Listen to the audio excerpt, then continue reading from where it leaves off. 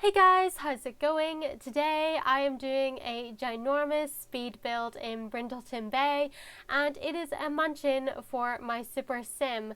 So this is the biggest lot in Brindleton Bay. It is a 64 by 64 lot, and I kind of just wanted to let loose with this. I really wanted my super sim to just have that giant mansion that I feel like I've always wanted for my sim to have, and I decided this was the time. I mean, we did have quite a big mansion in Del Sol Valley. Like when I first started my Super Sim save, we were a celebrity. So we did have money then, we did kind of have a big mansion then.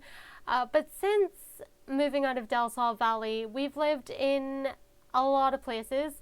And some of them have been pretty small and some of them have been just okay. And, I think after Strangerville, I wanted something a bit more grand, a bit more fun, something where I wanted to stay for a little bit longer than like 5 minutes. So yeah, that's what brought us to Brindleton Bay. My sim is working on becoming a friend of the animals, so completing the lifetime aspiration that came with The Sims 4 Cats and Dogs. As well as that, we have our own veterinary clinic here in Brindleton Bay, so this is a good place for us to stick around for a while. And on top of that, we have also been working on some of the family aspirations. I think there's like one of the main family aspirations that I hadn't completed yet, so I really wanted like a big house for my sim to raise her children and also raise all of her pets, because we've had a lot of pets in this house.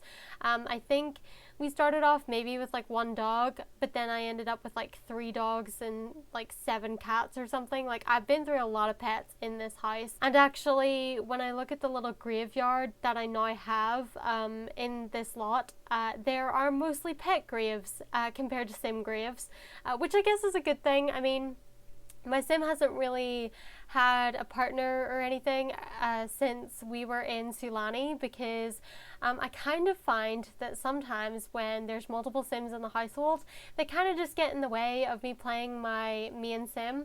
I don't know if anyone else is like this, but when I create sims and when I play sim saves, I normally play with the one sim, and that's like my main focus. Sure, we can have families, sure, we can have other things going on for us, but like 99% of the time when I have a sim save, I do just pick like one sim and then they're my favorite, and I don't play as any other sims if I get them in the household. So I guess it was kind of nice of us to go back to just having one sim, but I did have like one aspiration still to complete in the family aspirations, like I said, so I definitely needed to open my home up again to some more sims.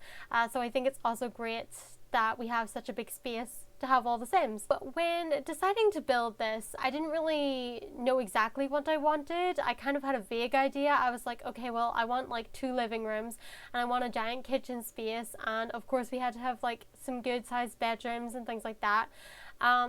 But aside from that, I wasn't really sure what I was going to do with all the spaces.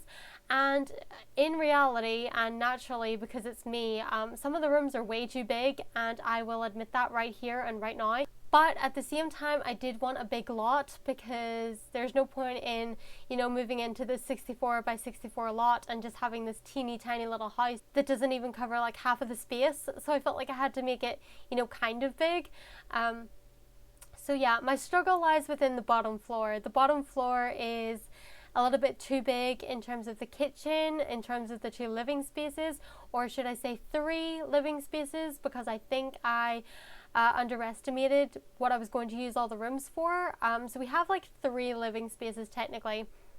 I wanted the one in the middle of the house to kind of be like for the pets, but then I realized I didn't really have a lot of pet related stuff. I don't know what I was thinking, but like, when you put a couple cat trees in and some like dog beds, there's not really a lot going on. I did just end up putting like a bunch of random furniture in the middle living area, and it's mostly just like kid stuff and everything, just because I was like, okay, well, we're gonna have a family, and I feel like if you have 2 living areas, you can definitely use one of the living areas as like a kids area, so it's going to be more messy. And then I have like 2 formal living areas and a study and like 4 bedrooms, and this place is just massive, guys, and I definitely spent a long time working on it and a long time furnishing it. As usual with my speed builds, I did record the whole thing. I don't necessarily think you're going to see the whole thing just because it did take me so long to furnish this place. And I'm just surprised that I actually stuck with it, because sometimes if I'm doing a build and it's really big and it takes a long time, I don't really want to do it anymore. But I feel like because this is a save that I was playing, because this was a house my sim was going to live in, I definitely wanted to complete it and I wanted it to look amazing. Even though as I was getting through the rooms, I kind of struggled. Especially in like the last room, like the conservatory living area space, you guys will see in the screenshots, like that conservatory space I loved and I really wanted to have grand visions for it, but really it's just like a little sitting room that my sims never really use. And so yeah, this is the struggle. Sometimes you make your houses too big for your sims and then you don't really know what to put there. But I always try my best, because I watch a lot of people do speed builds on The Sims 4 and I see how they make all these big places. But I feel like the trick is with other Sims builders is that the build actually looks a lot bigger than it really is, because I feel like they make it a different shape and it's more interesting, but the actual room sizes and everything are quite small. So I think that that's maybe where I'm going wrong in my builds. I feel like I don't want the house to be that big in terms of room sizes, but I feel like on the outside I do want it to look quite big. So I guess I'm still learning about proportionizing all of my rooms and things like that. But still, I enjoyed the challenge and I think I did a pretty good job at making the place look full, but not crazy at the same time. Even though, as you guys can see, I feel like I'm putting a lot of stuff in the first two rooms. Like, I really crammed the study full of as many things as I could, and then the same with the first living area. I was like, well, this place is huge. I can just, fill up the space with a couple seating areas, a little library area. Like, I was really going all out because I could. And I know I could have probably just made the build smaller or something, but like I had already settled on the outside and I ain't a quitter, so I really went for it. I was like, yes, we're gonna have all of the items, all the random things that you kind of want to have in your Sims house, but you don't really have the space for it, like a gym and everything. I was like, yeah, we're gonna do it, we're gonna throw it all in. And so yeah, I do believe that this is on the gallery. All you have to do is search SimmingAndSuch or hashtag SuperSimMansion. I was particularly proud of this one. I think it did a good job, so I thought I would upload it to the gallery just to show off a little bit.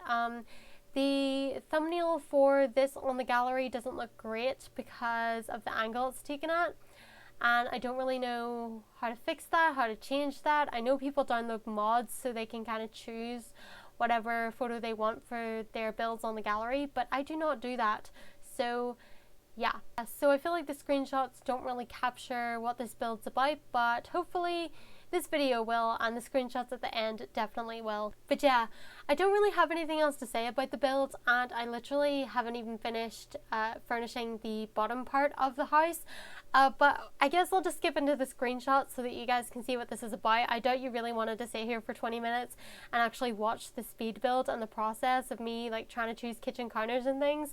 But yeah, like I said, if you guys want to download this on the gallery, you can. All you have to do is search SimmingAndSuch or hashtag SuperSimMansion. If you guys enjoyed this video, please give it a thumbs up and subscribe for more. And let me know in the comments below what's something that you struggle with when building on The Sims 4. For me, sometimes it is proportionizing the house. So in terms of that, I mean making sure the rooms aren't too big and stuff like that. I do feel like for the most part I have gotten better at that, but for this particular build I clearly wasn't good at that, so I just need to work on making big houses that appear bigger than they really are, and then I think I'll be fine. But yeah, like I said, I hope you guys enjoyed this video and I will see you in my next one. Bye guys.